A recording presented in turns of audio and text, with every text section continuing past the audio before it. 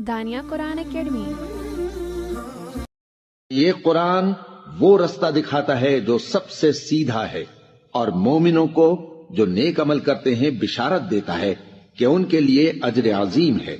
نحمده ونصلي على رسوله الكريم اما بعد فاعوذ بالله من الشیطان الرجیم بسم اللہ الرحمن الرحیم۔ السلام علیکم ورحمۃ اللہ وبرکاتہ۔ امید ہے آپ سب خیریت سے ہوں گے، انشاءاللہ جہاں ہوں گے ایمان اور صحت کی نعمت سے مالا مال ہوں گے۔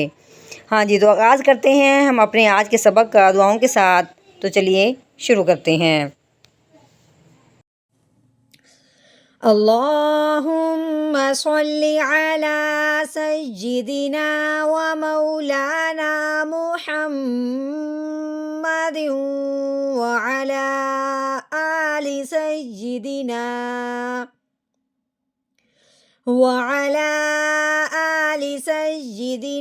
و مولانا محمد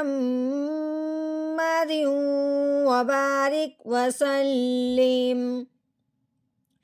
رب اشرح لی صدری ویسر لی امری واحلل عقدۃ من لسانی یفقہوا قولی۔ رب زدنا علما رب زدنا علما رب زدنا علما۔ اعوذ باللہ من الشیطان الرجیم بسم اللہ الرحمن الرحیم۔ مطاع ثم امین۔ مطاع، سب سے پہلے ہم نے یہ دیکھنا ہے کہ میم کے اوپر 3 دندوں والی شد لگی ہوئی ہے۔ اب میم مشدد ہوگی اس شد کی وجہ سے۔ اب آیت کا پہلا جو حرف ہے وہ ہی مشدد ہے، تو اب اس کو کیسے پڑھیں گے؟ کیونکہ مشدد حرف جو ہوتا ہے وہ پہلے والے حرف کو اپنے ساتھ ملا لیتا ہے۔ اب یہ تو خود پہلا حرف ہے، تو اب اس کے ساتھ کس کو ملایا جائے گا؟ تو یہاں ایک بات سمجھنے والی ہے، اگر جو ہم نے پچھلی آیت مکمل کی ہوئی ہے، اگر ہم نے وہاں سانس لے لیا، وقف کر لیا، جیسے کہ ہم نے کل والے سبق میں وقف کر لیا تھا، تو آج ہم یہاں سے سبق شروع کر رہے ہیں، گویا کہ ہم اپنا سبق پہلی آیت یہیں سے شروع کر رہے ہیں۔ پھر ہمیں شد کو دیکھنا ہی نہیں ہے، شد کو دیکھنا ہی نہیں ہے، صرف میم کی جو پیش ہے اسی کو ہی پڑھنا ہے، ٹھیک ہے؟ اگر ہم نے پچھلی آیت پہ وقف نہیں کیا تو وہ جو پچھلے والا حرف ہوگا، آیت کا آخری حرف، وہ اس آیت کے پہلے والے حرف کے ساتھ مل جائے جس کے اوپر شاد لگی ہوئی ہے، لیکن ہم نے تو یہاں وقف کر دیا پچھلی آیت پہ، تو اس لیے اب ہم نے کیا کرنا ہے؟ شاد کو پڑھنا ہی نہیں ہے۔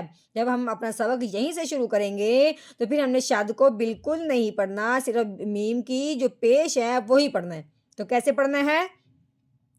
میم پیش مو، او کے اوپر زبر لگی ہوئی ہے، آگے کیا ہے؟ الف۔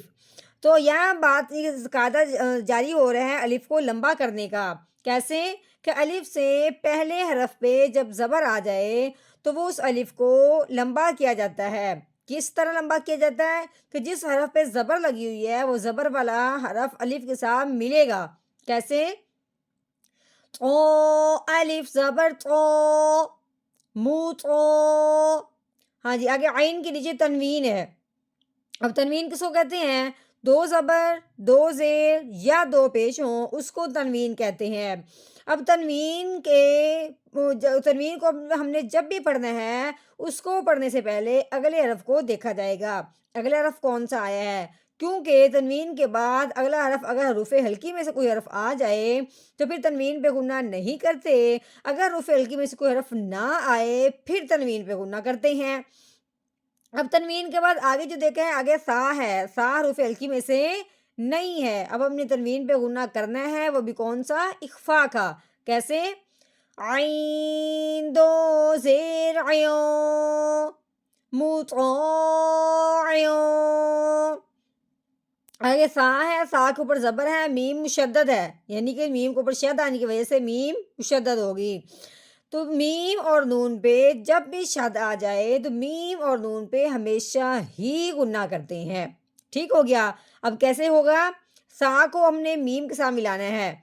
سا میم زبر سم، میم کے اوپر زبر ہے، میم زبر ما، سم ما. یہ جو ہم نے کیا نا سم، منہ بند کر کے 1 سیکنڈ کے لیے تھوڑا سا اس کو لمبا کیا، سم ما.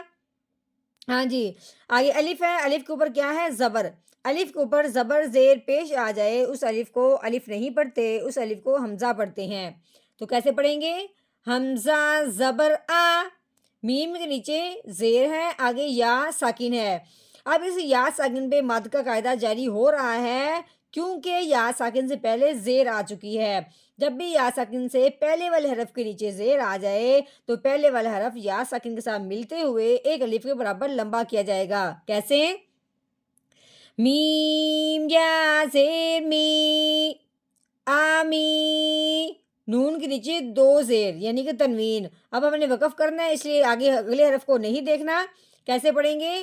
نون 2 زیر نین، آمینین. آگے آگے گول دائرہ، اس کو کہتے ہیں وقف. اب وقف کی صورت میں آخر والے حرف کو ہم نے کیا کرنا ہے؟ ساکن کرنا ہے. وہ کیسے؟ کہ اس کی جو تنوین ہے اس کو ہم نے گرا دینا ہے تو پیچھے نون خالی رہ جائے گا، نون ساکن ہو جائے گا. کیسے؟ آگے وقف آمین، مطاع ثم آمین.